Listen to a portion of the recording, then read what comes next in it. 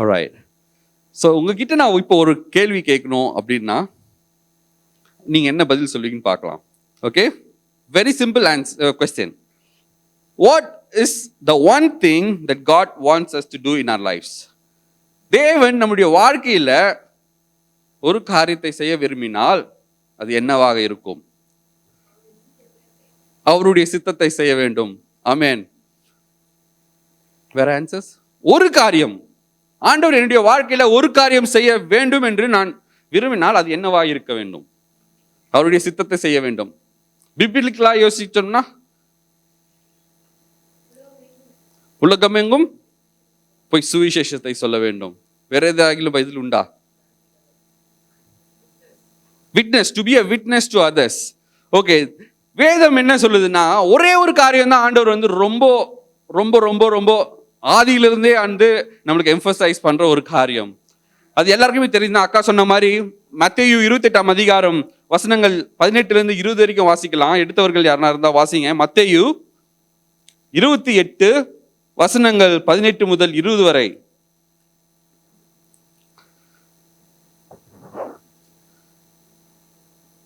அப்பொழுது இயேசு சமீபத்தில் வந்து அவர்களை நோக்கி, வானத்திலும் பூமியிலும் சகல அதிகாரமும் எனக்கு கொடுக்கப்பட்டிருக்கிறது. ஆகையால் நீங்கள் புறப்பட்டு போய் சகல ஜாதிகளையும் சீஷராக்கி பிதா குமாரன் பரிசுத்த ஆவியின் நாமத்திலே அவர்களுக்கு ஞானஸ்நானம் கொடுத்து, நான் உங்களுக்கு கட்டளையிட்ட யாவையும் அவர்கள் கைக்கொள்ளும்படி அவர்களுக்கு உபதேசம் பண்ணுங்கள். இதோ உலகத்தின் முடிவு பரியந்தம் சகல நாட்களிலும் நான் உங்களுடனே கூட இருக்கிறேன் என்றார். Amen. Amen. The one thing that God wants every one of us to do is to go. Is to go therefore. Preach the gospel. இது அழகா நம்ம வாசிச்சோம். இந்த காலகட்டத்தில் இந்த மாதிரி ஒரு பாரம் உள்ள ஆலயங்களோ இல்லை ஆட்களோ வந்து மிக கம்மியாக உள்ளதுன்னு நான் நினைக்கிறேன். நிறைய பேர் ஊழியம் செய்கிறாங்க. ஆனால் there is one thing, this is the great commission that Jesus has given us. நம்மளுக்காக ஆண்டவர் கொடுத்த ஒரு பெரிதான கட்டளை, ஒரு பெரிதான கற்பனை. நம்ம என்ன பண்ணோமா? போனோம், சுவிசேஷத்தை சொல்ல வேண்டும். This is the one thing that God wants us to do. Biblical mandate, விவிலியத்தின் கட்டாயம், from page 1 to page last Bible நம்ம எடுத்து பார்த்தோம்னா தேவன் ஒரு பெரிய சுவிசேஷராக நம்மளுக்கு இருந்திருக்கிறார். இப்போ இருக்கிற நிலைமையில பார்த்தோம்னா, ஸ்டாட்டிஸ்டிக்ஸா பார்த்தோம்னா உலகத்தினுடைய பாப்புலேஷன் எவ்வளோன்னு பார்த்தீங்கன்னா 7.6 பில்லியன். இந்த உலகத்தினோட பாப்புலேஷன் 7.6 பில்லியன். அதுல கிறிஸ்டியன் பாப்புலேஷன் எவ்வளோன்னு பார்த்தீங்கன்னா only 31%. only 31% தான் வந்து கிறிஸ்டியன்ஸா இருக்காங்க. ஆனா தேவன் என்ன சொல்றாரு? நீங்க போய் உலகத்தை எல்லாம் போய் பிரசங்கிங்க அப்படின்னு சொல்றாரு. அவர்களை வந்து டிசைபிள்ஸா மாத்துங்கன்னு சொல்றாரு. பேப்டைஸ் பண்ணுங்க அப்படின்னு சொல்றாரு. ஆண்டவர் வந்து 2000 வருஷம் மேல ஆயிடுச்சு. ஆனா இன்னும் பாத்தீங்கன்னா நம்ம இன்னும் 69% ஆஃப் பாப்புலேஷனை வந்து ரீச் அவுட் பண்ணல. மேபி அது ஒரு ஹிடன் நம்பரா இருக்கலாம். பட் கடைசி மனுஷருக்கு நம்ம சுவிசேஷம் சொல்ற வரைக்கும் ஆண்டவர் வரப்போறது கிடையாது. ஏன் ஆண்டவர் வரல அப்படின்னா, பிகாஸ் நம்ம போய் கடைசி மனுஷனுக்கு சுவிசேஷத்தை சொல்லவில்லை. ஒருவேளை சொல்லியிருந்தா ஆண்டவர் நேத்திக்கு வந்திருக்காங்க, இந்த கோவிட் எல்லாம் வந்திருக்காது. பட் அந்த கடமை நமக்கு உள்ளது, நமக்கு உரிய ஒரு காரியமா இருக்கிறது. இந்த பாப்புலேஷன்ல ஒரு நாளைக்கு 41,000 people, 41,000 people die every day without knowing Jesus. 41,000 பேர் ஒரு நாளைக்கு மரிக்கிறாங்க கிறிஸ்துவை அறியாத. நமக்கே தெரியும் அவங்க எல்லாம் எங்க போவாங்க அப்படின்னு. யாரோட கடமை இது? Are we fulfilling the great commission that Jesus has given us? ஆண்டவர் கொடுத்த அந்த பெரிதான கட்டளையை நம்ம கடைபிடிக்கிறோமா? This is the question that I want to ask, and also I want to end with this question. நம்ம வாழ்றோம் போறோம் அப்படின்னு இல்லை. நம்ம சிங்கப்பூர் தேசத்துக்கு வந்திருக்கோம், சம்பாதிக்கிறோம், குடும்பம் நல்லா இருக்கு, ஃபேமிலி நல்லா இருக்கு, பேக் ஹோம் எல்லாம் நல்லா இருக்கு அப்படின்னு நம்ம நினைச்சிட்டு இருக்கோம். ஆனால் இந்த கோவிட் இந்த சீசன் பார்த்தீங்கன்னா it has affected every one of us. இந்த ஒரு நாள்ல பார்த்தீங்கன்னா நம்ம ஒரு வாரம் கடந்து கொஞ்சம் பின்னாடி பார்க்கும்போது ஒரு வாரத்தில் என்னென்னமோ நடந்துருச்சு இல்லைங்களா? நம்மளுக்கு தெரிஞ்சவர்களே நிறைய பேர் இறக்குற சூழ்நிலை ஆயிட்டு, நிறைய நம்மளுக்கு தெரிஞ்ச குடும்பத்தாரோ நம்ம ஃப்ரெண்ட்ஸோட சர்க்கிள்லையோ பார்த்தீங்கன்னா நிறைய பேர் இறக்க நேரிட்டது. மொத்தம் 143 million people are affected by COVID. 143 million people. அதில் 3 million people have already died. And according to India Todayல வந்த டைம்ஸ் ஆஃப் இந்தியாவில் வந்த என்னோட டேட் அப்டேட் என்னன்னா, there are 243 cases of COVID per minute. இந்த ஒரு நிமிடத்தில் 243 கேசஸ் இருக்கு. And 19 deaths per 5 minutes. Every 5 minutes there is 19 deaths, which means every 1 minute there are like 4 people dying. யாரோட கடமை இது? இறந்து போறாங்க. We can easily blame government தான் இப்படி இருக்காங்க, இல்ல authorities இப்படி இருக்காங்க அப்படின்னு. But it is our commitment to God to share the gospel to them. அவங்க இருக்கிறாங்க, okay, where do they go? அந்த ஆத்ம பாரம் நமக்கு உண்டா அப்படின்றத நம்ம யோசித்து பார்க்க வேண்டியத ஒரு சூழ்நிலையில் இருக்கிறோம். ஸோ காஸ்பல் என்னாலே குட் நியூஸ் இல்லைங்களா? ஆண்டவர் அதான் நமக்கு சொல்றாரு, go and preach the gospel, preach the good news. நீங்க போய் யாருக்கும் சுவிசேஷத்தை பிரசங்கிங்க அப்படின்னு சொல்றாங்க. ஸோ நற்செய்தி என்றால் என்ன? It is a good news. ஏசாமி பிறந்தப்போ தேவதூதர்கள் சொன்னாங்க, என்ன சொன்னாங்க? I have a good news for you. உங்களுக்கு ஒரு நற்செய்தியை நான் உங்களுக்கு அறிவிக்க வந்துள்ளேன் அப்படின்றார். ஏன்னா உலகத்தில் இருக்கிற எல்லா பாவத்தையும் சுமந்து தீர்க்கிற தேவாட்டு குட்டியானவர் நம்மளுக்கு வந்திருக்கிறாங்க அப்படின்னு சொல்றாங்க. It is a good news. இப்போ நான் ஒரு கடைக்கு போறேன், ஒரு ஜாம் பாட்டில் வாங்குறேன். அந்த ஜாம் பாட்டில் எனக்கு ரொம்ப பிடிச்சிருந்துச்சு அப்படின்னா, ரொம்ப டேஸ்டா இருந்துச்சுன்னா நம்ம என்ன பண்ணுவோம்? அந்த ஜாம் பாட்டில் மற்றவங்களுக்கு ரெக்கமெண்ட் பண்ண மாட்டோமா? சரி, கடைக்கு போறோம், ரெஸ்டாரண்ட் போறோம், நான் ஒரு கடை ஓகே 5 பேர் எடுத்துங்க, நல்லா இருக்கு, மட்டன் சூப்பரா இருக்கு அப்படின்னு சொல்றோம், பெப்பர் மட்டன் நல்லா இருக்கு அப்படின்னா நம்ம என்ன பண்றோம்னா ஃப்ரெண்ட்ஸுக்கு நம்ம ஷேர் பண்றோம், அங்க போங்க இங்க போங்க, ஓ இவர் நல்ல டாக்டரு இல்லைங்களா? ஏன்னா நம்ம எக்ஸ்பீரியன்ஸ் பண்ணதுனால நம்ம சொல்றோம். இதே தான் ஆண்டவர் நம்மளை ரட்சித்து இருக்காரு. எத்தனை பேர் ரட்சிக்கப்பட்டிருக்கோம்? எல்லாரும் ரட்சிக்கப்பட்டிருக்கோம். அந்த சேற்றில இருந்து ஆண்டவர் நம்மளை அழகா தூக்கி இருக்கிறாரு. ஆனா நம்ம எங்கிருந்து வந்தோன்றதை நினைத்து நமக்கு ஆண்டவருக்கு நன்றி சொல்றோம். ஆனா அதே நம்ம மற்றவங்களுக்கு சொல்றோமா? சிந்தித்து பார்க்க வேண்டிய ஒரு கட்டாயத்துல நம்ம இருக்கிறோம். ஜீசஸ் வரும்போதும் லூக்கா 4ஆம் அதிகாரத்துல பார்க்கிறோம், the spirit of the Lord is upon me because he has anointed me to proclaim good news to the poor. நற்செய்தி அறிவிக்க தான் இயேசு சாமி உலகத்திற்கு வந்தாருன்னு நம்ம பார்க்கிறோம். So good news is whatever you tell your friends, your colleagues, உங்க ஃபேமிலிஸ்ல நீங்க சொல்ற காரியங்கள், ஆண்டவரை பத்தி சொல்ற காரியங்கள், it's a good news. It's the gospel. It is not a big science கிடையாது. அது it's not a rocket science. ரொம்ப கடினமான ஒரு காரியம் கிடையாது. இந்த காலகட்டத்தில் இருக்கிற நம்ம ஆண்டவரை பத்தி நம்ம சொல்ல வேண்டிய என்னுடைய வேலையின் வேலை பார்த்தீங்கன்னா, நான் ஐ எம் ஃபிசியோதெரபிஸ்ட். நான் என்ன பண்ணுவேன்னா, பேஷண்ட்ஸ் வரும்போது அவங்களுக்கு ஏதாவது வலிகள் இருந்துச்சுன்னா, நெக் பெயின், பேக் பெயின் அது போல இருந்ததுன்னா, ஐ ட்ரீட் தேம். அவங்களுக்கு சுகத்தை கொடுக்கறதா ஆண்டவர் எனக்கு கொடுத்த ஒரு ஊழியமாக நான் வச்சிருக்கேன். நேற்று என்னோட கிளினிக்ல ஒருத்தவங்க வந்தாங்க. வந்துட்டு என்ன சொன்னாங்க, Jacob I am very anxious, I am very stressed அப்படின்னாங்க. நான் சொன்னேன், என்ன ஆச்சு, ஏன் இப்படி இருக்கிறீங்க? அப்புறம் சொன்னாங்க, my problem is not physical but it is just because I am stressed and I am anxious. அப்போ ஃபிசிக்கல் ப்ராப்ளம் என்கிட்ட வந்தா ஃபிசிக்கலாக நம்ம ட்ரீட் பண்ணலாம், ஸ்ட்ரெஸ்டோட வந்தா இல்லை ஆங்ஷியஸோட வந்தா நம்ம என்ன பண்ணுறது?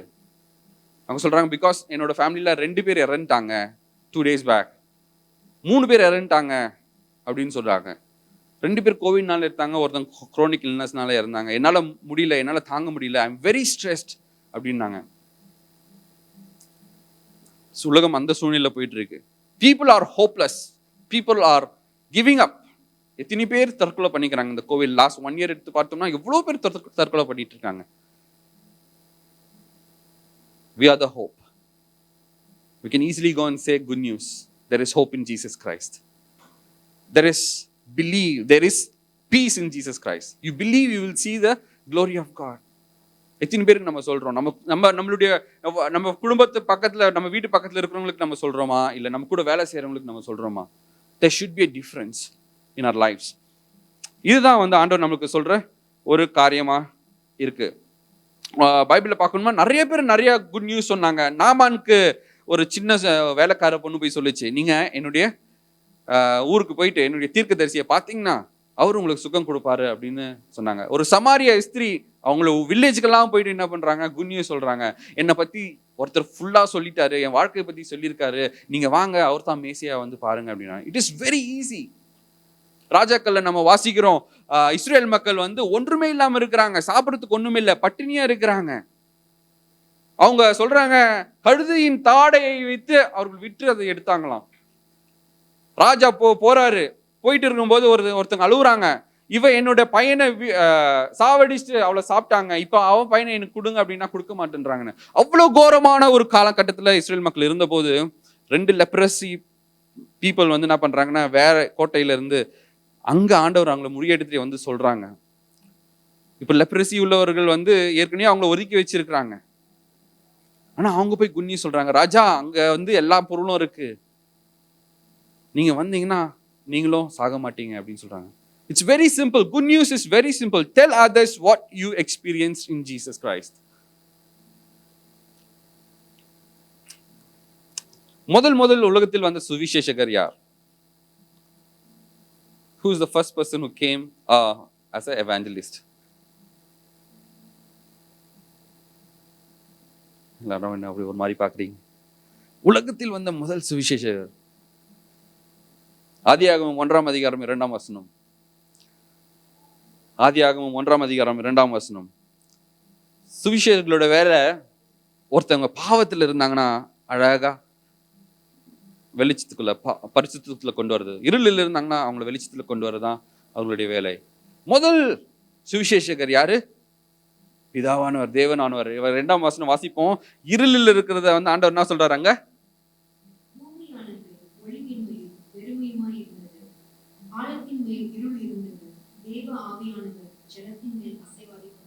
அடுத்த வசனம் பாருங்க. இந்த பூமியில என்ன இருந்ததா? இருள் இருந்தது. First redemptive work of God இதுதான் மாத்தினார், கிரியேஷனை மாத்துறாரு. நம்ம சுத்தி எத்தனையோ பேர் இருள்ல இருக்கிறாங்க, எத்தனையோ பேர் கெட்ட வழியில நடக்கிறவங்க இருக்கிறாங்க, கஷ்டத்துல இருக்கிறாங்க, பிரச்சனையில இருக்கிறாங்க, நோய் என்ற இருளில் இருக்கிறாங்க. காட்ஸ் ஃபர்ஸ்ட் வேர்டே என்னன்னா வெளிச்சத்தை கொண்டு வந்தார். Let there be light. அந்த இருள் என்னச்சா? வெளிச்சமானது அப்படின்னு நம்ம வாசிக்கிறோம். That is the first redemptive work of God. இருளில் இருக்கிற இதை வெளிச்சமாக்குறாரு. அந்த வார்த்தை தான் நமக்கும் உண்டு. யாராவது இருளில் இருந்தாங்களோ அவர்களை வெளிச்சமாக்குவது தான். And that is the first redemptive work. அதுக்கப்புறம் பார்த்தோம்னா ஆதாம் ஏவாள் அழகா ஆண்டவர் படைச்சாரு. அவர்களுக்கு என்னன்னாங்கன்னா they had glory filled over their body. ஆண்டவருடைய பரிசுத்த அந்த பிரசன்னம் வந்து அவங்களை சூழ்ந்து கொண்டு இருந்ததுன்னு நம்ம வாசிக்கிறோம். ஆனால் அவங்க என்ன பண்றாங்க? பாவத்துல விழுறத நம்ம பார்க்கிறோம். ஆண்டவர் அவர்கள் என்ன பண்றாங்க? அப்படியே போங்க அப்படின்னு சொல்லிட்டாரா? அங்க என்னாச்சு? ஒரு அனிமல் அடிக்கப்பட்டது. கடவுள் என்ன பண்றாரு? அவர்களுக்கு அழகா ஒரு உடையை கொடுக்கிறாரு. என்ன உடை அது? ஒரு தோலினால் செய்யப்பட்ட உடை. அந்த தோல்னால செய்யப்பட்ட உடையை அவர்கள்லாம் அவர்களுடைய நேக்கட்னஸ் மறைக்கிறார். அங்க ஒரு அனிமல் அடிபட்டது. That is the redemptive work of God. மீட்புக்குரிய காரியத்துல தான் ஆண்டவர் எப்போதுமே இருக்கிறார், ஆதியில இருந்து. That is biblical mandate. ஃபர்ஸ்ட்ல ஆரம்பித்த தேவன் ஆதாம் ஏவாளை சாவடிச்சிருக்கலாம். நீங்க சாகவே சாவீர்கள் அப்படின்னு சொன்னாங்க. ஆனா அவங்க செத்தாங்களா? இல்ல. பிசிக்கலா they didn't die because God doesn't want us to die. மீட்புக்காக ஒரு அனிமல் அடிக்கப்பட்டு அவர்களை அமுச்சு விட்டாங்க. அப்போ வந்து எல்லாமே கர்ஸ் ஆயிடுச்சு. மனுஷனும் கர்ஸ் ஆயிட்டான், நிலங்களும் கர்ஸ் ஆயிடுச்சு, மிருகங்களும் கர்ஸ் ஆயிட்டு, எல்லாமே கர்ஸ் ஆயிட்டு. எவ்ரி டைம் நம்ம விழும்போது தேவன் அழகா நம்மளை தூக்கி விடுகிறார். ஆதாம் ஏவாள் விழுந்தாங்க, ஆண்டவர் அழகா தூக்கி விட்டார். அப்படியே நம்ம ஃபுல்லா நம்மளுடைய பைபிள்ல ஆதியிலிருந்து பார்க்கணும்னாவே இப்படிதான் நடக்கும். அப்புறம் நோவா காலத்துல என்ன ஆச்சு? எல்லாரும் வந்து பாவம் செய்தவர்களானாங்க. வசனம் அழகா சொல்றது. ஜெனிசிஸ் 6ஆம் அதிகாரத்துல 6ஆம் வசனத்துல சொல்றது, தாம் பூமியிலே மனுஷனை உண்டாக்கினதற்காக கர்த்தர் மனஸ்தாபப்பட்டார், அவர் இருதயத்துக்கு விசனமா இருந்தது. பாருங்க, மனுஷனை ஏன் தான் படைச்சோமோன்னு ஆயிட்டு. மனுஷனை படைச்சதே ஆண்டவர் வந்து ரொம்ப மனசு கஷ்டப்படுறாரு. அந்த நேரத்தில் தான் ஒருத்தர் காணப்படுறார். அடுத்த வசனத்துல 8ஆம் வசனத்துல வாசிக்கிறோம், நோவாவுக்கோ கர்த்தருடைய கண்களில் கிருபை கிடைத்தது.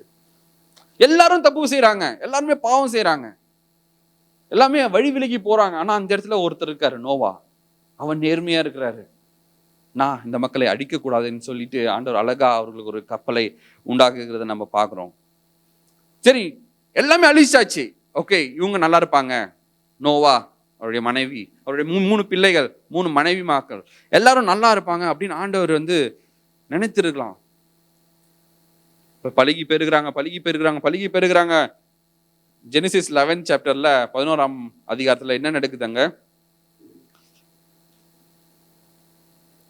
பின்னும் 4ஆம் வசனம், பின்னும் அவர்கள் நாம் பூமி மீதெங்கும் சிதறி போகாதபடிக்கு நமக்கு ஒரு நகரத்தையும் வானத்தையும் அலாவும் சிகரமுள்ள ஒரு கோபுரத்தையும் கட்டி நமக்கு பேர் உண்டாக பண்ணுவோம் வாருங்கள் என்று சொல்லிக் கொண்டார்கள். பிரச்சனையே அதுதான். ஆண்டவர் அழகா நம்மளை பிளஸ் பண்ணுவாரு, பிளஸ் பண்ணிட்டே வருவாரு. நம்ம அதிகமா போயிட்டே இருப்போம். ஆனா சம்டைம்ஸ் நமக்குள்ள என்ன நடக்கும்? பெருமைகள் வரும், ப்ரைடு வரும். அதுதான் நடந்துச்சு அங்க. மக்கள் எல்லாரும் நமக்குன்னு ஒண்ணு பண்ணுவோமே, நம்ம ஒரு பெரிய ஒரு டவரை கட்டுவோம், நம்மளை யார் இருக்கிறா பிரிக்கிறதுக்கு அப்படின்னு நினைச்சிருக்கும் போது 12ஆம் ஆண்டவர் பார்க்கிறாரு, பார்த்துட்டு சிதறடிக்கிறார். மக்கள் அழகா இருக்காங்க, ஆசீர்வாதமா இருக்கிறாங்க, ஒரு எழுச்சி உண்டாகுது. அந்த நேரத்துல பெருமையும் வருது. பெருமை வரும்போது ஆண்டவர் அழகா அழிக்கிறார். நமக்குன்னு சொல்லிட்டு இருந்த மக்கள் ஆண்டவர் அழித்தாரு. 12ஆம் அதிகாரத்துல வாசிக்கிறோம், ஆபிரகாமுக்கு அழகா சொல்றாரு ஆண்டவர், நான் வாசிங்க 12ஆம் அதிகாரம் வசனம் 2-3 வாசிங்க. ஆதியாகமம் 12 பாருங்க. நான் யாரு? ஆபிரகாம் சொல்ல நான் வந்து பெரிய ஜாதியாவேன் அப்படின்னு ஆண்டவர் சொல்ல, நான் வந்து என் பெருமைப்படுத்துவேன்னு சொல்லல. ஆண்டவர் சொல்றாரு 11ஆம் அதிகாரத்துல பார்த்தோம், நான் என்று சொன்ன மக்கள் பார்த்தோம். ஆண்டவர் இங்க 12ஆம் அதிகாரத்துல அழகா சொல்றாரு, நான் பண்ணுவேன். அதான் பிளெஸிங்ஸ் வந்து ஆண்டவருடைய பிளெஸிங்ஸ் எப்பவுமே நம்மளுக்கு ஒரு ரிச்னஸை கொடுக்கும். there is no sorrow in it. ஆனா நம்ம எப்போ நான் பண்ணலாம் என் பேர் பெருமையா பண்ணணும் அப்படின்னு நினைக்கும் போது நம்ம விழுறத பார்க்கிறோம். இதே காரியங்கள் தான் திருப்பி நம்ம பார்க்கிறோம். ஆபிரகாம், ஈசாக்கு, யாக்கோபோட 12 பசங்க, அந்த ஹோல் ட்ரைப்ஸ் ஆண்டவர் ஆசீர்வதிச்சாரு. அவங்க என்ன பண்ணாங்க? யோசேப்பை தள்ளி விட்டாங்க. யோசேப் எங்க போறாரு? எகிப்துக்கு போறாரு. எகிப்துக்கு விற்கப்பட்டாரு, அடிமையா போனாரு. ஆனா ஆண்டவர் யோசேப்பை பிரித்தெடுத்து ஆசீர்வதிக்கிறார். கடைசியில ஒரு பஞ்சம் வருது, எல்லாரும் சாகுறாங்க, இஸ்ரேல் மக்களும் சாகுறாங்க. அந்த நேரத்துல தேவன் யோசேப்பை எழுப்புகிறார். பாருங்க, ஆசீர்வாதம் இருந்துட்டே தான் இருக்கும். யார் நம்ம தள்ளி விடுறோமோ ஆண்டவர் அவங்களை ஆசீர்வதிக்கிறார். யோசேப்பின் மூலமாக இஸ்ரேல் மக்கள் எல்லாரும் ரட்சிக்கப்பட்டார்கள். ஆண்டவர் அவர்களை மீட்டுக் கொண்டார். அவங்கள மாத்திரம் இல்ல, எகிப்தியரையும் ஆண்டவர் மீட்டுக் கொண்டார். சுத்தி இருக்கிற எல்லா நேஷன்ஸையும் ஆண்டவர் மீட்டுக் கொண்டார். எப்பெல்லாம் நம்மளுக்கு பிளெஸிங்ஸ் வருதோ அப்பெல்லாம் நம்ம ரொம்ப கேர்ஃபுல்லா இருக்கணும். ஏன்னா வீழ்ச்சி வர்றது தான் சாதாரணம். அதான் உலகத்துக்குரிய ஒரு நேச்சர். நம்ம சந்தோஷமா இருப்போம், ஆனா சடன்லி ஒரு ஃபால் வரும். ஆனால் ஆண்டவர் அதுல இருந்து மீட்டெடுக்கிறது தான் அவருடைய வேலை. That is the redemption work of God. Moses என்ன பண்றாரு? இஸ்ரேல் மக்கள் எல்லாம் அடிமையிலா இருக்கிறாங்க. தேவன் மோசேவை எழுப்புறாரு. மோசேவை எழுப்பி என்ன பண்றாரு? அழகா இஸ்ரேல் மக்களை கொண்டு வருகிறத நம்ம பார்க்கிறோம். அதான் மீட்பின் காரியத்துல தான் ஆண்டவர் வந்து இறங்கி கொண்டிருக்கிறார். யோசுவா மூலமா பண்றாரு. அதுக்கப்புறம் வந்து 12 ஜட்ஜஸ் வந்தாங்க, கிடியோன் மூலமா வந்தாங்க. அப்புறம் சாம்சன் வந்தார். சாம்சன் வந்து ஒரு நியாயாதிபதியாக ஆண்டவர் கொண்டு வந்தார் இஸ்ரவேலுக்காக. ஆனால் சாம்சனும் உழுந்து போறாரு. ஆண்டவர் தம்முடைய பிள்ளைகளை ஆசீர்வதிக்கவே விரும்புகிறார். ஆனா நம்ம தான் வந்து விட்டு வழி விலகி போகிற மாதிரி இருக்கிறோம். அப்புறம் கிங்ஸ் வராங்க, சால் வராரு, டேவிட் வராரு, சாலமன் வராங்க. சாலமன் ஒரு பெரிய ஆலயத்தை கட்டுறாரு. It's called as house of prayer. ஆனா அங்க என்ன நடக்குது? அந்த ஆலயத்துல அசுத்தங்கள் நடக்க ஆரம்பிக்குது. தேவன் ஸ்கேட்டர் பண்றாரு. 12 ட்ரைப்ஸையும் அழகா பிரிக்கிறாரு. Northern kingdom and southern kingdom அப்படின்னு சொல்லிட்டு யூதாவையும் பென்யமீனையும் ஒரு 2 கோத்திரத்தையும் ஒரு நார்த்தன் கிங்டம் ஆகும், மற்ற 10 ட்ரைப்ஸையும் ஒரு கிங்டம் ஆகும் கொண்டு வரதை நம்ம பார்க்குறோம். அதுக்கப்புறம் அவங்க எக்ஸைல்குள்ள போறாங்க, அடிமைத்தன வாழ்க்கைக்குள்ள போறாங்க. ஆண்டவர் எழுப்புறாரு, ஒருத்தரா எழுப்புறாரு. டேனியலை எழுப்புறாரு, சாத்ராக், மேஷாக், ஆபேத்நேகோவை எழுப்புறாரு. அதுக்கப்புறம் எஸ்தரை எழுப்புறாங்க, எஸ்ராவை எழுப்புறாங்க. எதற்காக? தன்னுடைய மக்கள் அழிந்து போகக்கூடாது என்றதுக்காக. ஆண்டவர் ஒரு தாட்டியும் விழும்போதும் ஆண்டவர் அழகா தூக்கி எடுக்கிறத நம்ம பார்க்கிறோம். எஸ்ராவு மூலியமாக ஆலயத்தை கட்ட ஆண்டவர் அனுமதிச்சார். நெகேமியா வாழை கட்டுறதுக்கு ஆண்டவர் இது பண்ணாரு. அப்பயும் மக்கள் வந்து கேட்கவே இல்லை. தங்களுடைய இருதயங்கள் எப்படி போச்சான்? கடினமாயிடலாம்.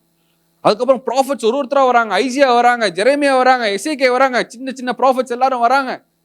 வந்து மக்களை திருத்துறாங்க. மனம் திரும்புங்க, ஆண்டவர் கிட்ட வாங்க, ஆண்டவர் கிட்ட வாங்க, ஆண்டவர் நம்மளை ஆசீர்வதிச்சிருக்காரு, நம்மளுக்கு பிளஸ் பண்ணி இருக்கிறாரு, ஆபிரகாமோட பிளெஸிங்ஸ் நமக்கு இருக்கு. ஆனா என்ன பண்றாங்க மக்கள்? திரும்பி விழுறத நம்ம பார்க்கிறோம். இதுல கடைசியா நடக்கிற ஒரு காரியம் என்னன்னா, மல்கியா 3ஆம் அதிகாரம் 9ஆம் வசனத்துல அழகா சொல்லியிருக்கு. ஆண்டவர் வந்து ரொம்ப ரொம்ப ரொம்ப ரொம்ப ரொம்ப ரொம்ப மக்களுக்காக இறங்கி அவர்களை மீட்கணும், மீட்டு அவர்களை ஆசீர்வதிக்கணும்னு நினைச்சிட்டு இருந்தாரு. ஆனா கடைசியில மல்கியா 3:9 வாசிக்கிறோம், நீங்கள் எல்லாரும் என்னை வஞ்சித்தீர்கள். 2வது பகுதியில் வாசிக்கிறோம், யார் வஞ்சித்ததுதான்? தான் உண்டாக்கின ஆட்கள், மனுஷர்கள், அவர்கள் என்ன பண்ணாங்களா? தேவனை வஞ்சித்தார்கள். இங்கிலீஷ்ல சொல்லுது they robbed me அப்படின்னு சொல்லுது. என்னுடைய ஆசீர்வாதத்தை அவங்க விட்டுட்டாங்க. 14ஆம் வசனம் வாசிங்க பார்க்கலாம். 14ஆம் வசனம் பாருங்க. கடைசியில் என்ன சொல்லிட்டாங்க? எங்களுக்கு தேவனே வேணாம் அப்படின்ட்டாங்க. தேவனை சேவிப்பது விருதா. What is the point of worshiping God? What is the point of serving God? God wanted to bless them. ஆண்டவர் அவர்களை ஆசீர்வதிக்கணும், சந்தோஷமா இருக்கணும், கானான் தேசத்துல கொண்டு போய் செழிப்பான இடத்துல இருக்கணும் அப்படின்னு சொல்லிட்டு ஆண்டவர் விரும்புறாரு. ஆனா மக்களோ தங்களுடைய இருதயத்தின் கடினத்தின் நிமித்தமாக விழுந்து போறதை நம்ம பார்க்கிறோம். 400 வருடம் சைலன்ஸா இருக்கு. அதுக்கப்புறம் தேவன் யாரை எழுப்புறாரு? யோவானை எழுப்புறாரு, பேப்டிஸ்ட் எழுப்புறாரு. மனம் திரும்புங்கள். எங்கேயும் வர்றாரு. 400 வருஷம் சைலண்டா இருக்கு. ஒருத்தர் வர்றாரு, ஒட்டக மயிர் ஆடியை தளித்து கொண்டு வர்றாரு, தேனை எடுத்துட்டு வர்றாரு சாப்பிட்றதுக்கு. எப்படி இருக்கும்? Out of the world. ஒருத்தர் வந்து சொல்றாரு, மனம் திரும்புங்கள், தேவனுடைய ராஜ்யம் சமீபித்து இருக்கிறது அப்படி சொல்றாரு. God again sends people. கடைசியில் ஆண்டவர் பார்க்கிறாரு, ஜட்ஜஸ் அமிச்சேன், நியாயாதிபதிகள் அமிச்சேன் கேட்கல, ப்ராஃபட்ஸ் அமிச்சேன் கேட்கல, கிங்ஸ் அமிச்சேன் கேட்கல, என்னுடைய சன்னை நான் தரேன். மீட்கும் பொருளாக தன்னுடைய சொந்த குமாரனை கொடுத்தார். That is Jesus. எல்லாருக்கும் தெரிஞ்ச காரியம். ஆண்டவர் வந்தார், ஏசாமி வந்தாரு, வந்து சொல்றாரு, குட் நியூஸ் கொடுக்கறதுக்காக நான் வந்திருக்கேன். What is the good news?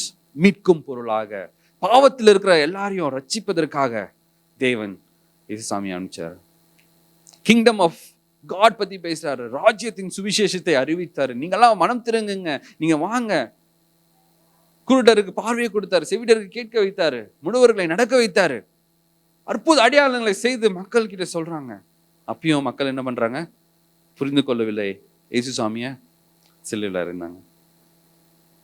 ஆனால் இயேசுசாமி சிலுவையில் அறைந்து 3ஆம் நாள் உயிரோடு எழுந்தார். உயிரோடு எழுந்து சொன்ன பண்ண காரியம் தான் த கிரேட் கமிஷன். நீங்க போங்க, உலகம் எங்கும் போங்க, சுவிசேஷத்தை பிரசங்கியுங்கள்.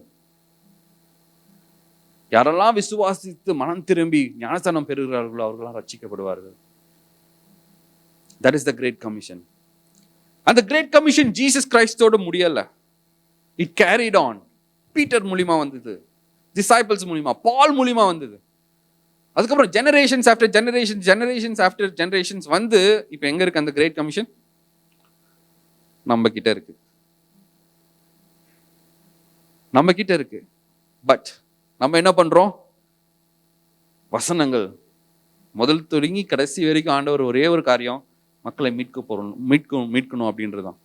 அந்த மீட்கும் ரெஸ்பான்சிபிலிட்டியை ஆண்டவர் யாருக்கு கொடுத்துருக்காங்க? உங்களுக்கும் எனக்கும் கொடுத்துருக்காங்க. But what are we doing with that? நம்ம என்ன பண்றோம்? பவுல் அழகா சொல்றாரு, woe to me if I don't preach the gospel. சுவிசேஷத்தை நான் பிரசங்கியாதிருந்தால் எனக்கு ஐயோ. குட் நியூஸ், நான் வந்து கிறிஸ்தவர்களை அடிச்சேன், கொன்னேன், அவர்களை துன்புறுத்தினேன். ஆனா ஏசாமி என்னை தேடி வந்தார்.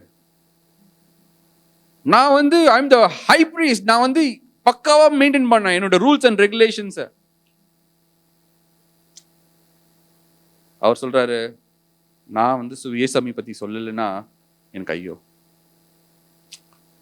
we can be so right in everything. நம்மளுடைய வாழ்க்கையில கரெக்டா இருக்கலாம். It's good. But sometimes we need to know what is our priority. நம்முடைய வாழ்க்கையின் அர்த்தம் என்னன்னு நம்ம பார்க்கணும். பவுலோட வாழ்க்கையே வந்து நம்மளுக்கு ஒரு பெரிய ஆசீர்வாதமா இருக்கு. ஏன்னா he's been a role model for us. அவர் சொல்றாரு, சுவிசேஷம் என் மேல் விழுந்த கடமையா இருக்கிறது. ரோமன்ஸ்ல 1ஆம் அதிகாரத்துல சொல்றாரு, நான் இயன்ற மட்டும் சுவிசேஷத்தை பிரசங்கிக்க விரும்புகிறேன். என்னால முடிஞ்ச வரைக்கும் நான் போய் என்ன பண்ணுவேன்னா ஏசாமி பத்தி நான் சொல்லுவேன், ரட்சிப்பை பத்தி சொல்லுவேன், அவர்களுக்கு உண்டான எட்டர்னல் லைஃப் பத்தி நான் சொல்லுவேன் அப்படின்னு சொல்றாரு. அதை குறித்து நான் வெட்கப்படேன். I'm not ashamed of the gospel.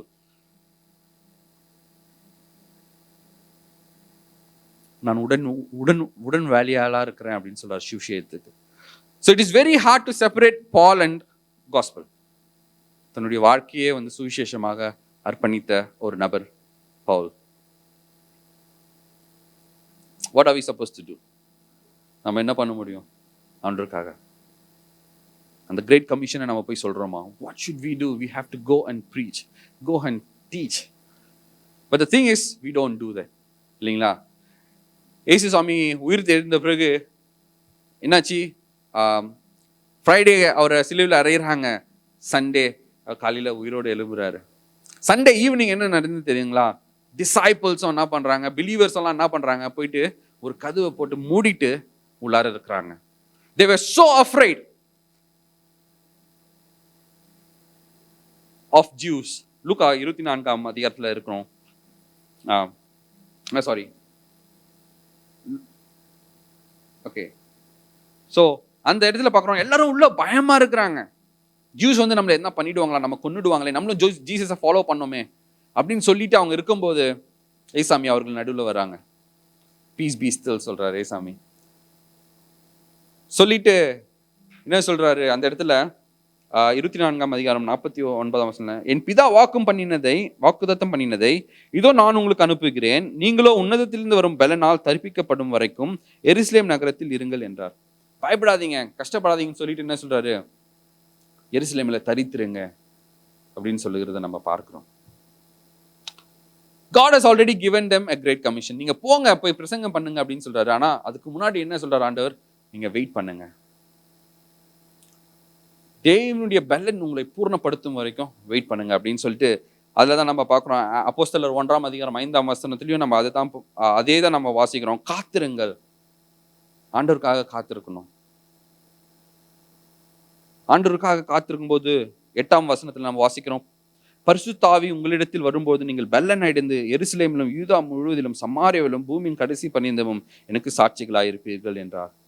When we wait on the Lord, ஆண்டவருடைய பரிசுத்த ஆவியார் நமக்குள்ள வரும்போது we will be strengthened. Sometimes நம்ம என்ன பண்ணுவோம்னா, நம்ம போவோம், ஓகே ஆண்டவர் சொல்லிட்டாரு, ஓகே ஐம் கோயிங், நான் போய் யாருன்னா ஷேர் சொல்லணும் அப்படின்னு நினைப்போம். சம்டைம்ஸ் நம்மளுடைய சுயத்தினால செய்யும் போது we will not see the result. அதுதான் we have to wait. ஆண்டவர் பாதத்தில் வெயிட் பண்ணும்போது பரிசுத்த ஆவியானவர் நமக்குள்ள வரும்போது ஒரு பலன் வரும் பாருங்களேன். அந்த பலனை வச்சு நம்ம சொன்னோம்னா அதிசயங்களை நம்ம காண போறோம். தட் இஸ் வாட் அங்க சொல்றது. அந்த பிலீவர்ஸ், அந்த டிசைபிள்ஸ் எல்லாம் வெயிட் பண்ணிட்டு இருக்காங்க. 2ஆம் அதிகாரத்துல பார்க்கிறோம், பரிசுத்த ஆவியானவர் அவர்கள் மேல் ஊற்றப்பட்டார். அப்படி ஊற்றப்பட்டு அவங்க எல்லாம் பலன் அடையறாங்க, எல்லாம் அந்நிய பாஷையில பேசுறாங்க. 2ஆம் அதிகாரத்துல கடைசியில பார்க்கும்போது அவங்க மத்தியில பீட்டர் எழுந்து நிக்கிறாரு, பிரசங்கம் பண்றாரு. நிறைய பேர் வந்து பாக்குறாங்க, என்ன கூச்சலா இருக்கு, என்ன பண்றாங்க, எது பண்றாங்க அப்படின்னு பார்க்கும்போது பீட்டர் எழுந்து நின்று சொல்றாரு, ரிப்பெண்ட், மனம் திரும்புங்கள் என்றாரு. அந்த நாள்ல அந்த இடத்துல 3000 பேர் ரட்சிக்கப்பட்டார்கள். I mean, when the Holy Spirit comes and fills us, நம்மள வந்து ஒரு பலனடைய செய்யும் போது அதோட அறுவடையே பெரிதா இருக்கும். I mean, 3000 பேர் அப்போஸ்தலர் 2ஆம் அதிகாரத்துல வந்து அதுக்கு பின்னாடி பார்க்கும்போது 5000 பேர் வந்தாங்கன்னு நம்ம பார்க்கிறோம். அது பின்னாடி அதிகாரத்துல வாசிக்கும் போது the people were multiplying. சர்ச்சுக்கு வர ஆட்கள் வந்து மல்டிப்ளை ஆகிட்டே இருந்தாங்கன்னு பார்க்கிறோம். When we go and preach with the Holy Spirit, we will be very sure. அந்த அஷூரன்ஸோட நம்ம போகலாம், ஆண்டவர் கண்டிப்பாக அவளை தொடுவாங்க அப்படின்னு சொல்லி. மார்க் 16ஆம் அதிகாரத்துல வாசிக்கலாம். மார்க் 16, 15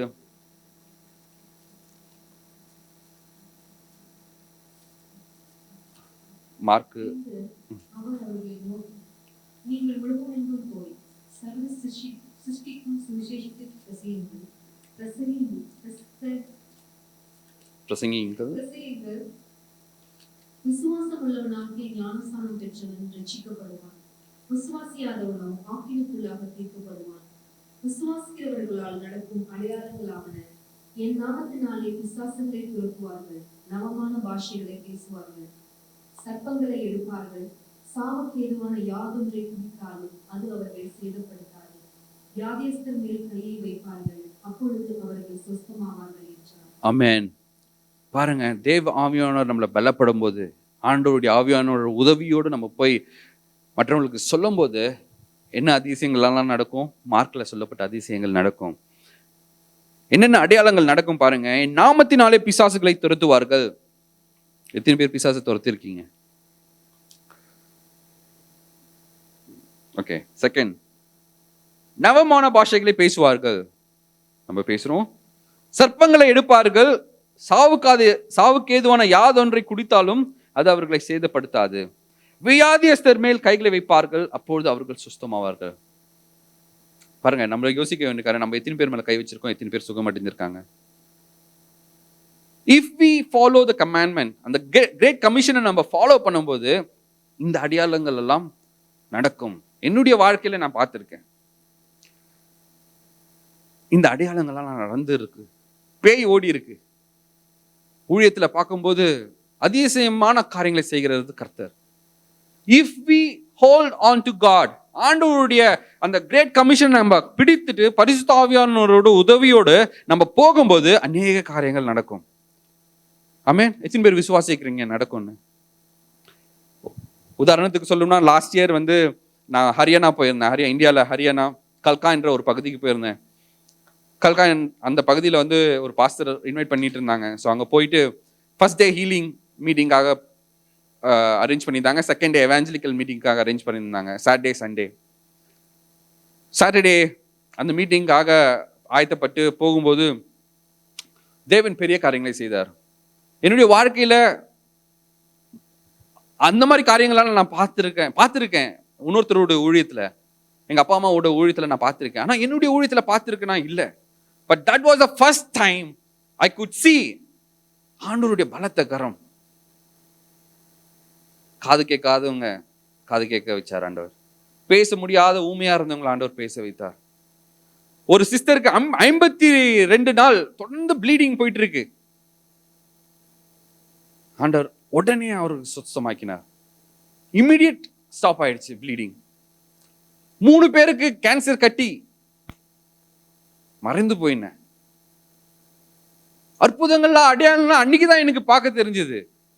ஏன்னா பிகாஸ் த வேர்ட் சேஸ், ஆண்டவர் என்ன வாசனை சொல்ல, விசுவாசிக்கிறவர்களால் நடக்கும் அடையாளம். இந்த அடையாளங்களால் நடக்கும் எப்போ நம்ம வார்த்தையை விசுவாசித்து அதன்படி செய்யும் போது.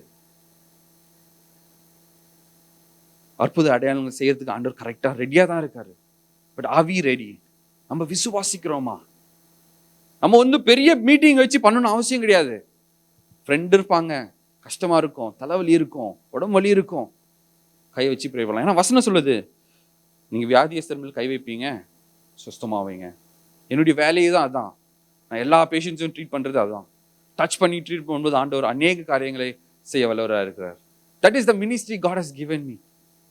என்னுடைய பேஷண்ட் ஒருத்தவங்களுக்கு 7 கட்டி இருந்து யூட்ரஸ்ல 7 கட்டி. முதல் கட்டி டென்னிஸ் பால் மாதிரி இருந்துச்சு, லாஸ்ட் கட்டி கோல்ஃப் பால் மாதிரி இருந்துச்சு. ஒரு நாள் வந்தாங்க, கட்டி இருக்குன்னு சொன்னாங்க. நான் ப்ரே பண்ணட்டுமா அப்படின்னு கேட்டேன். பண்ணுங்க அப்படின்னு சொன்னாங்க. ஐ ப்ரேட். அவங்க ஸ்கேன் பண்ணாங்க, திருப்பி வரும்போது 7 கட்டியை மறந்து போயிடுச்சு. ஹல்லேலூயா. ஏன்னா தேவன் செய்ய வல்லவராக இருக்கிறாரு.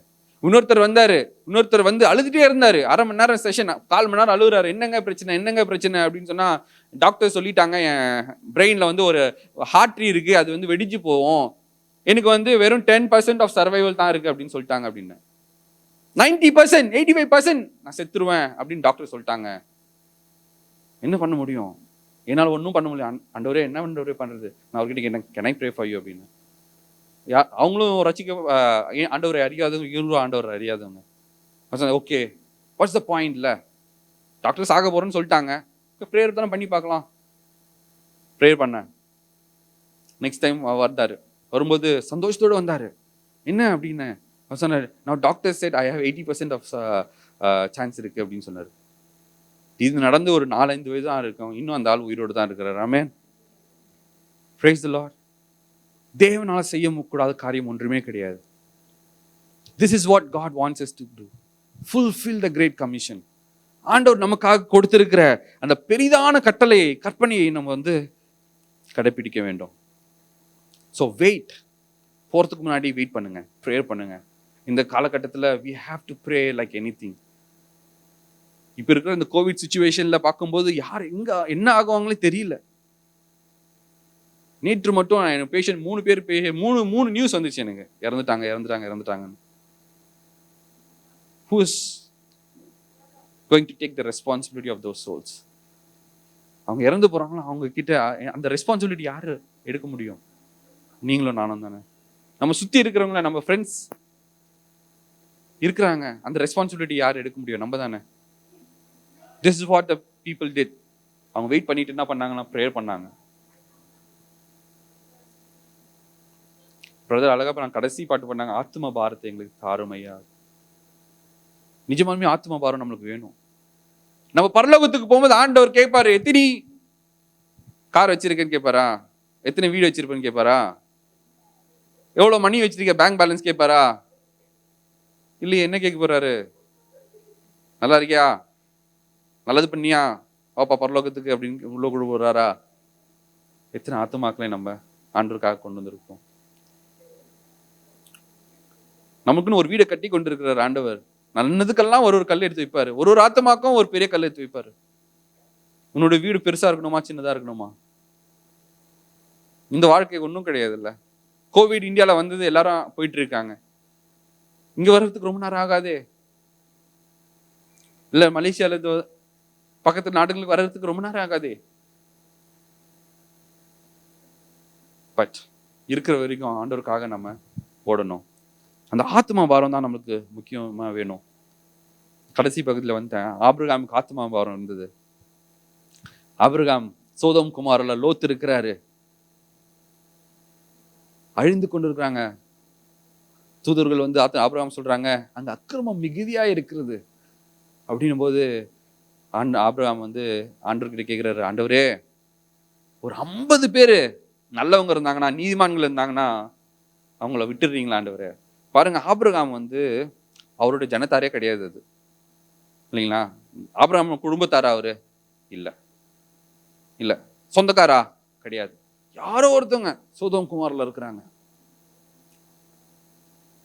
லோத் இருக்கிறாரு, அவ்வளவுதான். ஆனா அவர் லோத்துக்காக அவர் வேண்டல. அவர் என்ன சொல்றாரு சோதோம் குமாரால, ஆண்டவரே ஒரு 50 பேர் ஆண்டவரே இருந்தாங்கன்னா அவங்களை விட்டுருங்க ஆண்டவரேன்னு கேட்கிறாரு. ஒரு 45 பேரு ஆண்டவர் சொல்றார், இருந்தா விட்டுறான்ற. 40 பேரு, 30 பேரு ஆண்டவர் கிட்ட சொல்றாரு, ஆண்டவரே கோச்சிக்காதீங்க, நான் கொஞ்சம் நெகோசியேட் பண்ணின்னு இருக்கிறேன் உங்க கிட்ட. ஒரு 20 பேரும் தான் விட்டுருங்க ஆண்டவரே அப்படின்னு கேட்கிறாரு. அந்த ஹார்ட் பாருங்களேன், ஆபிரகாமுடைய ஹார்ட். கடைசியில ஒரு 10 பேரா இருந்தா விட்டுருங்க ஆண்டவரே அப்படின்னு கதறாரு ஆபிரகாம். நம்ம அப்படி கதறுவோமா? ஆண்டவரே ஆபீஸ்ல ஒரு 50 பேர் இருக்கிறாங்க ஆண்டவரே, நான் ஒருத்தன் தான் கிறிஸ்டியனா இருக்கிறேன் ஆண்டவரே, வச்சுக்கவீங்க ஆண்டவரே. இன்னைக்கு நான் கதறி இருக்கிறோமா? என் ஃப்ரெண்ட்ஸ் இவ்வளவு பேர் இருக்கிறாங்க ஆண்டவரே, நான் கிரிக்கெட் விளையாட போறேன் ஆண்டவரே, ஒரு 20 பேர் இருக்கிறாங்க, அவர்களுக்காக நம்ம விண்ணப்பம் பண்றோமா? ஆபிரகாமுடைய இருதயம், ஆண்டவரே ப்ளீஸ் ஆண்டவரே அவங்களை எப்படின்னா காப்பாத்துங்க ஆண்டவரே. அங்க 10 பேர் கூட இல்லை. நம்மளுடைய வாழ்க்கையில சுத்தி எத்தனை பேர் இருக்கிறாங்கன்னு நம்ம பார்க்க வேண்டும். தேவனுடைய மனிதர்கள் ஒருத்தரும் கதறாங்க, ப்ராஃபட்ஸ் எல்லாம் கதறாங்க. மோசஸ் சொல்றாரு, இஸ்ரேல் மக்கள் தப்பு பண்ணது, Lord forgive them, otherwise strike my name from the book of your life, of life. இந்த மக்களை மன்னியுங்க ஆண்டவரே, அப்படி நீங்க மன்னிக்கலைன்னா என் பேரை எடுத்துருங்க. நம்ம ப்ரே பண்ணியிருக்கிறோமா? ஆண்டவரே எவ்வளோ பாவங்கள் பேர் இது. Do you know what is the number one death in this world today? சாவு எது தெரியுங்களா? நம்பர் 1 சாவு இந்த உலகத்துல. It is not AIDS, it is not cancer, it is not COVID. 3 million தான் அஃபெக்ட் ஆயிருக்காங்க, இறந்துருக்காங்க. The number one cause of death in this world today is abortion. இந்த வருடம் தொடங்கி இன்னைக்கு ஏப்ரல் வரைக்கும் மொத்தம் 13 மில்லியன் குழந்தைங்க இறந்திருக்காங்க. Do you think கடவுள் பார்த்து சும்மா இருப்பாரா? ஒரு ஜீவனும் ஆண்டவர் கொடுக்கிற ஜீவன். ஆனா நம்ம என்ன பண்றோம்னா எதையுமே அறியாம அழித்து கொண்டு இருக்கிறோம். They are destroying it in the name of convenience. They are destroying it in the name of comfort. Who is responsible for this? நீங்களும் நானும் ஜெபிக்க வேண்டிய நிலைமை வந்தாச்சு. எஸ்தர் ஜெபிக்கிறாங்க, ஃபாஸ்ட் பண்ணி ஜெபிக்கிறாங்க, ப்ரே பண்ணி ஜெபிக்கிறாங்க. என்னுடைய ஜனங்கள் அழிந்து போக கூடாதுன்னு. ஹாமான் பெரிய பிளான் பண்ணிட்டான், எல்லா ஜீவ்ஸையும் கொல்லணும் அப்படின்னு சொல்லிட்டு. ஆனால் எஸ்தர் ஃபாஸ்ட் பண்றாங்க, அவங்க ஜீவ்ஸ் எல்லாரையும் ஃபாஸ்ட் பண்ண வைக்கிறாங்க. தொடர்ந்து ஜெபிக்கிறாங்க ஆண்டவர்கிட்ட, ஆண்டவரே நாங்க மடியக்கூடாது, நம்ம மடியக்கூடாது அப்படின்னு சொல்லி. ஆண்டவர் எஸ்தர் மூலியமா அவர்களை காப்பாற்றுகிறத நம்ம பார்க்கிறோம். நினிவே பட்டணத்துல மக்கள் ஜெபிக்கிறாங்க. யோனா ஆண்டவர் எங்கேயோ சொல்றாரு, யோனா எங்கேயோ போறாரு. கடைசியில அவங்களுக்கு அந்த குட் நியூஸ் சொல்லும் போது நினிவே மக்கள் என்ன பண்றாங்கன்னா சாக் கிளாத்தை போட்டு ப்ரே பண்றாங்க, ஃபாஸ்டிங் பண்ணி ப்ரேயர் பண்றாங்க. சிறுவர் முதல் பெரியவர் மட்டும், அது மட்டும் இல்ல நாய் மாடு எல்லாமே ஃபாஸ்ட் பண்ணி ஜெபிக்கிறாங்க. நம்ம எத்தனை பேர் இன்னொருத்தவங்களுக்காக ஃபாஸ்ட் பண்ணியிருக்கோம்? என்னுடைய கொலீக் ஆண்டவருக்குள்ள வரணும் ஃபாஸ்ட் பண்ணியிருக்கிறோமா? இல்லை என்னுடைய ஃபேமிலி மெம்பர்ஸ் இன்னும் கிறிஸ்டியன்ல வரல, எத்தனை பேர் நம்ம ஃபாஸ்ட் பண்ணி ப்ரே பண்ணியிருக்கிறோம்? ஆனால் அந்த நினிவே மக்கள் ஃபாஸ்ட் பண்ணாங்க. அவர்கள் தேவனை அறியாத மக்கள், இருந்தாலும் அவர்கள் ஃபாஸ்ட் பண்ணி ஜெபித்தாங்க. எஸ்ரா ஃபாஸ்ட் பண்ணி ஜெபிக்கிறாரு, நெகேமியா ஃபாஸ்ட் பண்ணி ஜெபிக்கிறாங்க. அவங்க ஜெபிக்கும் போதெல்லாம் எப்படி ஜெபிக்கிறாங்கன்னா, ஆண்டவரே எங்களுடைய பாவங்களை மன்னியுங்க அப்படின்னு மாத்திரம் ஜெபிக்காம அவங்க சொல்றாங்க, எங்களுடைய பாவங்களுக்காக ஆண்டவரே மனம் இறங்குங்க ஜெபித்துட்டு, எங்களுடைய மக்களின் பாவங்களுக்காகவும் எங்களை மன்னியுங்க ஆண்டவரே. They identified themselves with the sins of their own life and the sins of the whole community. எஸ்ரே அப்படிதான் ஜெபம் பண்ணார், நெகேமியா அப்படிதான் ஜெபம் பண்ணார், டேனியல் அப்படிதான் ஜெபம் பண்ணாங்க. Are we praying like them? Amos ஜெபிக்கிறாரு, ஆண்டவரே உம்மிடத்துல நாங்க இருந்த அந்த அன்பை விட்டுட்டோம் ஆண்டவரே, முதல்ல இருந்த அன்பை விட்டுட்டோம் ஆண்டவரே. We have become wicked in your eyes. நாங்க உங்களுடைய கற்பனைகளை கை கொள்ளவில்லை ஆண்டவரே, எங்களுக்கு இறங்குங்க ஆண்டவரே அப்படின்னு ஜெபிக்கிறாங்க. நம்ம எப்படி ஜெபிக்கிறோம்? We need to build an altar of praise. அந்த ஆத்மா பாரத்தை ஆண்டவரே எனக்கு தாங்க ஆண்டவரே. ஏசாமி சொல்றாரு, என் சித்தம் அல்ல ஆண்டவரே, உம்முடைய சித்தம் ஆண்டவரே. நான் சாவது உம்முடைய சித்தம் இருந்தாலும் நான் சாகுறேன் ஆண்டவரே, ஆனா மக்கள் ரட்சிக்கப்பட வேண்டுமே.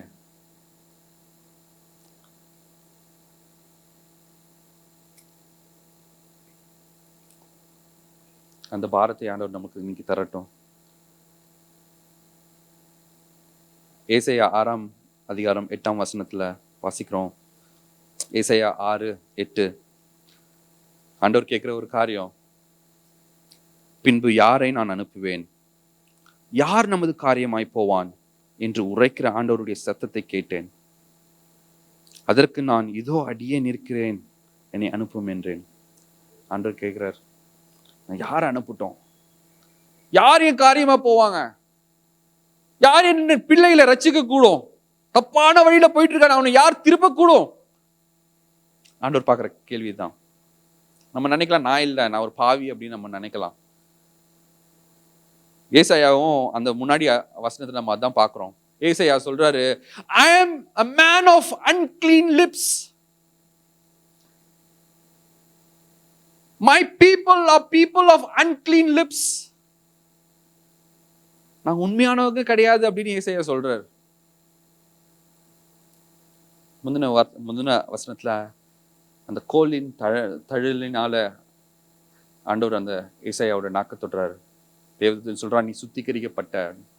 It's easy. நம்ம ஆண்டவர் கிட்ட வரோம், ஆண்டவர் கிட்ட வந்துட்டு, ஆண்டவரே என்னுடைய பாவங்களை மன்னிங்க ஆண்டவரே, ரத்தத்தினால என்ன கழுவுங்க ஆண்டவரே அப்படின்னு சொல்லும்போது ஆண்டவர் is ready to forgive our sins. அதுக்காக தான் அவர் சிலுவையில சேர்ந்தாரு. கழுவிட்டு பரிசுத்தப்படுத்திட்டு நம்ம இருக்கும்போது ஆண்டவர் கேட்கிற ஒரு காரியம் இதுதான், யாரை நான் அனுப்பட்டும்? I'm looking for someone. நான் யாரை அனுப்பட்டும்? ஏசாயா சொன்ன மாதிரி நம்ம சொல்ல முடியுமா? ஆண்டவரே நான் இருக்கிறேன் ஆண்டவரே, இதோ அடியேன் இருக்க ஆண்டவரே, என்னை அனுப்பும் சொல்ல முடியுமா? எசேக்கியேல் 22 அதிகாரம் 30 வசனம் எல்லாருக்கும் தெரிந்த வசனம் தான். நான் தேசத்தை அழிக்காதபடிக்கு திறப்பிலே நிற்கவும் சுவரை அடைக்கவும் தக்கதாக ஒரு மனுஷனை தேடினேன், ஒருவனையும் காணேன். God is looking for people. நம்ம இருக்கிறோமா? யோசித்து பார்க்கணும். God is looking for that particular person. யாருன்னா எனக்காக போவாங்களா? That is the heartbeat of God. நான் பண்ண ரிடம்ஷன் ஒர்க்க பண்ணேன், மக்களை ஆசீர்வதித்து, ஆனா அவங்க வந்து ஆசீர்வாதத்தை விட்டு பாவத்துக்குள்ள போனாங்க. இருந்தாலும் என்னுடைய மகனை நான் அனுப்புனேன், அவர்களை மீட்டேன். ஆனா இப்ப யாரு இருக்கா? எனக்காக யாரு இருக்கா? யார் வந்து அந்த கேப்ல நின்று பிரேயர் பண்ண முடியும்? அந்த ஆத்மா பார முடியவர்களா யார் நடுவுல நின்று ஜெபிக்க முடியும்? That is the one thing that always breaks my heart. Where are the churches? Where are the pastors? Where are the believers? இந்த நாள்ல உலகம் போற போக்குல போயிட்டு இருக்கோம்னா கஷ்டத்துக்குள்ள தான் போயிட்டு இருப்போம். God has called us to go and fulfill the Great Commission. Are you ready? நீங்க தயாரா இருக்கீங்களா? இல்ல நான் தயாரா இருக்கேனா? We have to ask these questions. Am I ready? It's okay if you're not ready. Believe in God. நற்செய்தி சின்ன ஒரு நியூஸ் சொன்னாவே போதும்.